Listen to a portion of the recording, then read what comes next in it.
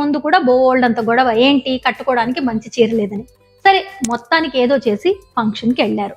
వెళ్ళిన తర్వాత అక్కడ వాళ్ళని వీళ్ళని చూస్తే మనసు ఊరుకుంటుందా చెప్పండి? అనుకోవడమే సరిపోయింది ఈవిడికి. అయితే సరదాగా అక్కడ వాళ్ళు ఒక గేమ్ కండక్ట్ చేశారు. ఈ భర్తని పార్టిసిపేట్ చేద్దామంది.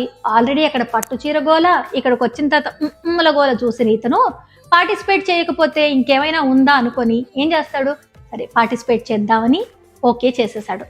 అక్కడ ఆడుతున్న ఆట ఏంటంటే, ఒక కుర్చీ పెట్టాలి, భార్యను కూర్చోబెట్టాలి, భార్యను దింపాలి, ఇంకో కుర్చీ పెట్టాలి, భార్యను కూర్చోబెట్టాలి, భార్యను దింపాలి, ఇంకో కుర్చీ పెట్టాలి, భార్యను కూర్చోబెట్టాలి, భార్యను దించాలి. అర్థమైపోయింది కదా, ఆట అదన్నమాట సంగతి.